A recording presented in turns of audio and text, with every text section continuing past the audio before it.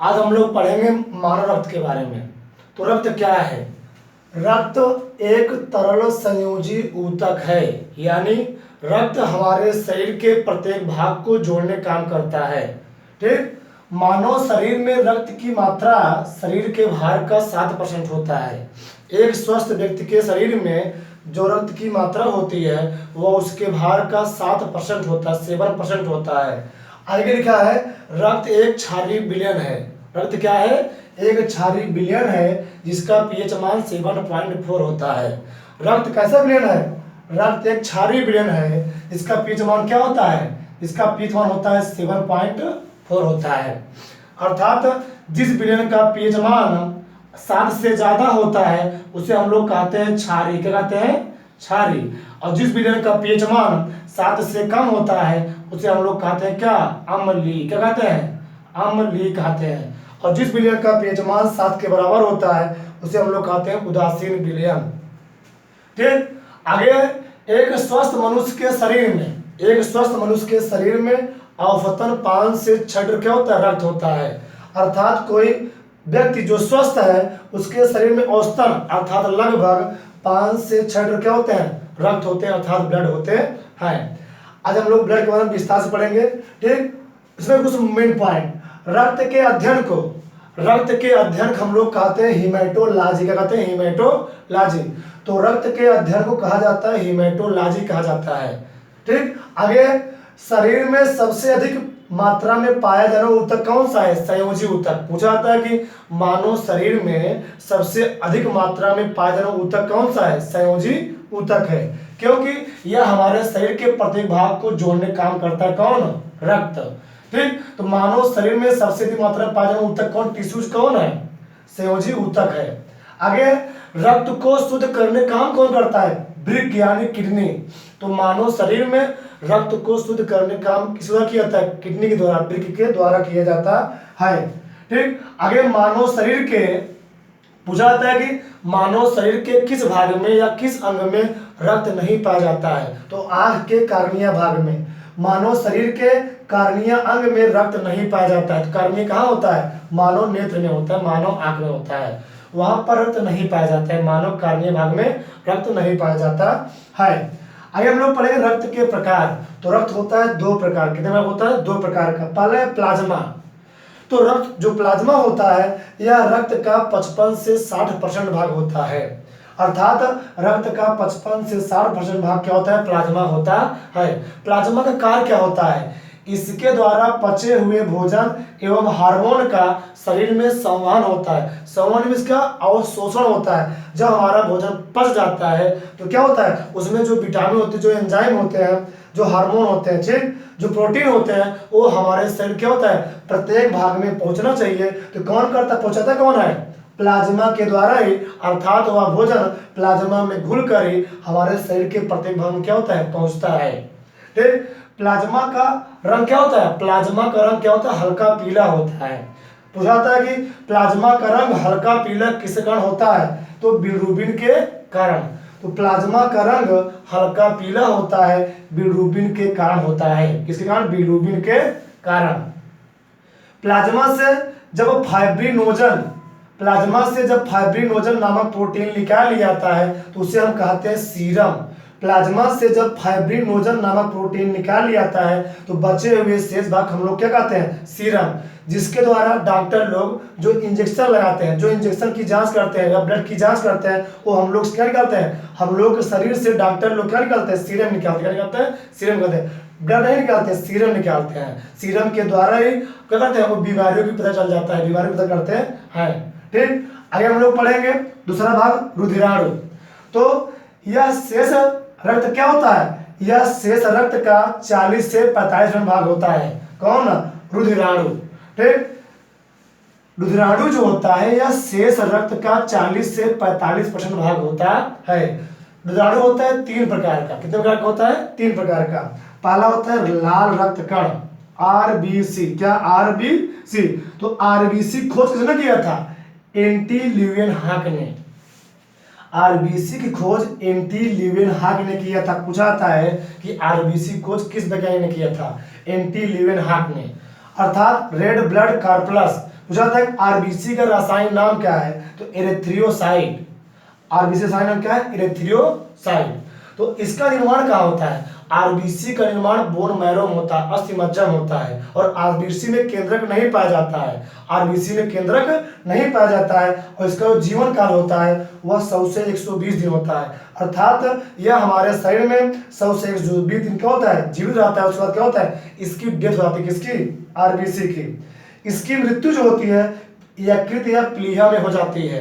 ठीक, जो आरबीसी की जो मृत्यु होती है वह यकृत या प्लीहा में क्या होती है, इसकी मृत्यु हो जाती है। इसीलिए यकृत या प्लीहा को आरबीसी का कब्रगाह कहा जाता है। पूछा जाता है कि आरबीसी का कब्रगाह किसे कहा जाता है, तो आरबीसी का कब्रगाह यकृत या प्लीहा को ही कहा जाता है। ठीक, कुछ मेन पॉइंट है। आरबीसी में हीमोग्लोबिन पाया जाता है। आरबीसी में क्या पाता है, हीमोग्लोबिन, जिसके कारण मानव रक्त क्या होता है, लाल होता है। पूछा था कि मानव का रक्त लाल क्यों होता है, क्योंकि उसमें क्या पाता है, हीमोग्लोबिन पाया जाता है। मानव के रक्त में हीमोग्लोबिन पाया जाता है, इसीलिए मानव रक्त क्या होता है, लाल होता है। क्यों, क्योंकि इसमें आयरन पाया जाता है, हीम नामक वाणक पाया जाता है। हीमोग्लोबिन में हीम नामक वाणक पाया जाता है, जिसके कारण क्या होता है, मानव का रक्त लाल होता है। आगे आरबीसी का मुख्य काम क्या होता है, तो आरबीसी का हमारे शरीर में मेन जो फंक्शन होता है, मुख्य कार्य होता है। तो आरबीसी का मानव शरीर में जो मुख्य काम होता है वह शरीर की प्रत्येक कोशिका में ऑक्सीजन पहुंचाना और कार्बन डाइऑक्साइड को वापस लाना होता है। तो आरबीसी का यही काम होता है, यह हमारे शरीर की प्रत्येक कोशिका में ऑक्सीजन पहुंचाती है और कार्बन डाइऑक्साइड को वापस लेकर आती है। और ऑक्सीजन को जब यह रक्त में मिला देती है उसी को हम लोग कहते हैं ऑक्सी हीमोग्लोबिन। क्या कहते हैं, ऑक्सी हीमोग्लोबिन। आगे आरबीसी का आकार कैसा होता है, तो आरबीसी का आकार होता है उभयतल। कैसा होता है, उभयतल। और आरबीसी की संख्या जो होती है हीमोसाइटोमीटर द्वारा मापी जाती है। तो आरबीसी का आकार जो होता है वह होता है उभयतल और आरबीसी की संख्या हीमोसाइटोमीटर द्वारा क्या होती है, मापी जाती है। ऊंचाई पर जाने पर आरबीसी संख्या क्या होती है, बढ़ जाती है। ऊंचाई पर जाने पर क्या होता है, आरबीसी की संख्या बढ़ जाती है तथा सोते समय आरबीसी संख्या क्या होती है, घट जाती है। पूछा जाता है कि ऊंचाई पर यदि कोई व्यक्ति जाता है तो उसके आरबीसी पर क्या प्रभाव पड़ता है, तो ऊंचाई पर जाने पर आरबीसी की संख्या में बढ़ोतरी आती है और सोते समय आरबीसी संख्या क्या होती है, घट जाती है। आगे हीमोग्लोबिन में आयरन धातु पाई जाती है। मैं ये बात ऊपर किया, हीमोग्लोबिन में आयरन धातु पाई जाती है, इसकी कमी से एनीमिया रोग हो जाता है। हीमोग्लोबिन क्या पाया जाता है, आयरन धातु, जिसकी कमी क्या होता है, एनीमिया रोग हो जाता है। आगे हम लोग पढ़ेंगे श्वेत रुधिर कण या शुद्ध रुधिर कण क्या है, व्हाइट ब्लड कार्पलस। तो व्हाइट ब्लड कार्पलस का नाम क्या होता है, ल्यूकोसाइट। क्या नाम होता है, ल्यूकोसाइट। रासायनिक नाम क्या, ल्यूकोसाइट। तो इसका जो निर्माण होता है डब्ल्यूबीसी का, इसका निर्माण अस्थि मज्जा में, बोन मैरो में, लिम्फ नोड में, यकृत में या प्लीहा में होता है। किसका निर्माण, डब्ल्यूबीसी का निर्माण। हर जगह होता है इसका निर्माण डब्ल्यूबीसी का।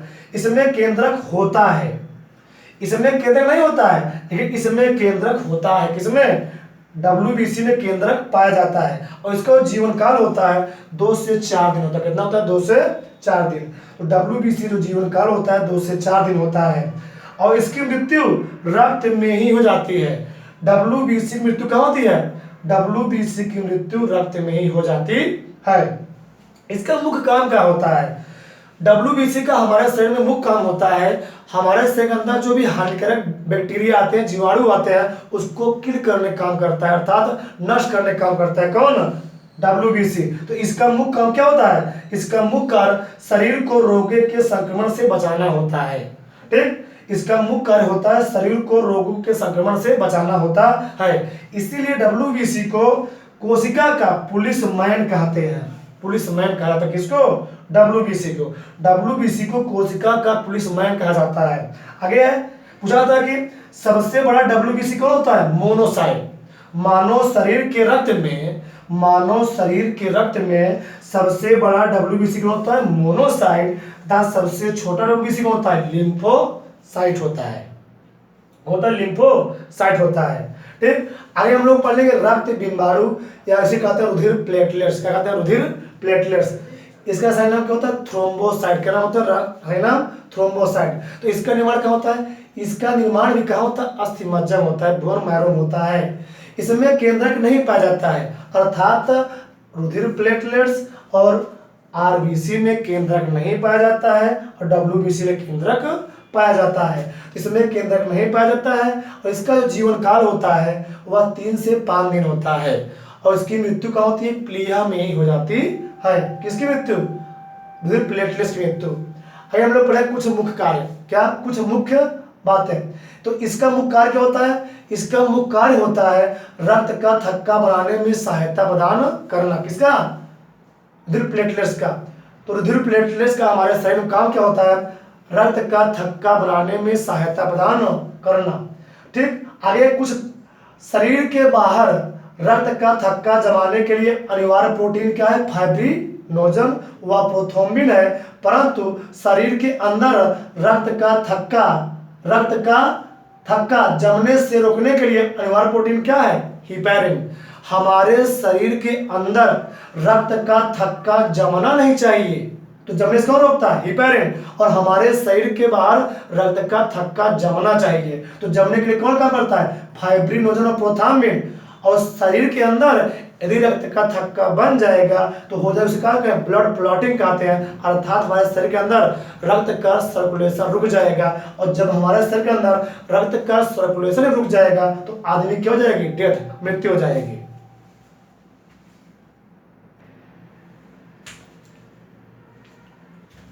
आगे हम लोग पढ़ें कुछ महत्वपूर्ण बिंदु। तो रक्त समूह की खोज कार्ल लैंडस्टीनर ने सन 1900 ईस्वी में किया था। क्या?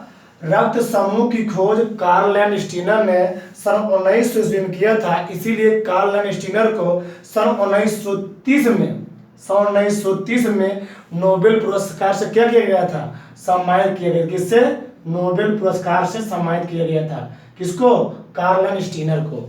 आगे रक्त परिसंचरण तंत्र की खोज सन 1628 में, रक्त परिसंचरण की खोज सन 1628 में विलियम हार्वे नामक वैज्ञानिक ने क्या किया था? रक्त परिसंचरण तंत्र की खोज किया था। किसने? विलियम हार्वे ने किया था। देखो, मानव शरीर में 4 प्रकार के समूह पाए जाते हैं। कौन कौन से? ए बी और ओ। तो रक्त समूह रक्त समूह ओ को सर्वदाता कहते हैं और रक्त समूह ए बी को सर्वग्राही कहते हैं।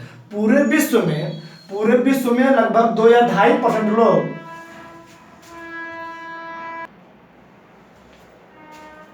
पूरे विश्व में 2 या 2.5% लोग ऐसे होते हैं जिनका समूह क्या होता है? ओ होता है। क्या होता है? ओ। ठीक, तो रक्त समूह ओ को सर्वदाता, रक्त समूह ए बी क्या कहते हैं? सर्वग्राही कहते हैं। मानव शरीर में सामान्य रुधिर दाब कितना होता है? 120 से 80 mmHg होता है, अर्थात 120 से ज्यादा होगा तो उसे हम लोग कहते हैं हाई ब्लड प्रेशर हो गया और 80 mm से कम उसे क्या कहते हैं? लो ब्लड प्रेशर हो गया। ठीक, मनुष्य का रुधिर दाब स्फिग्मोमैनोमीटर द्वारा क्या कहते हैं? मापा जाता है। तो मनुष्य का रुधिर दाब किस द्वारा मापा जाता है? स्फिग्मोमैनोमीटर द्वारा क्या कहते हैं? मापा जाता है। विशेष काकरोच का रंग सफेद होता है। क्यों? हीमोलिम्फ के कारण। तो काकरोच के रक्त का रंग क्या होता है? सफेद होता है हीमोलिम्फ के कारण। तथा ऑक्टोपस का रक्त का रंग क्या होता है? नीला होता है। क्या होता है? नीला। तो काकरोच का रंग क्या होता है? सफेद और ऑक्टोपस क्या होता है? नीला। ठीक, क्या होता है? नीला।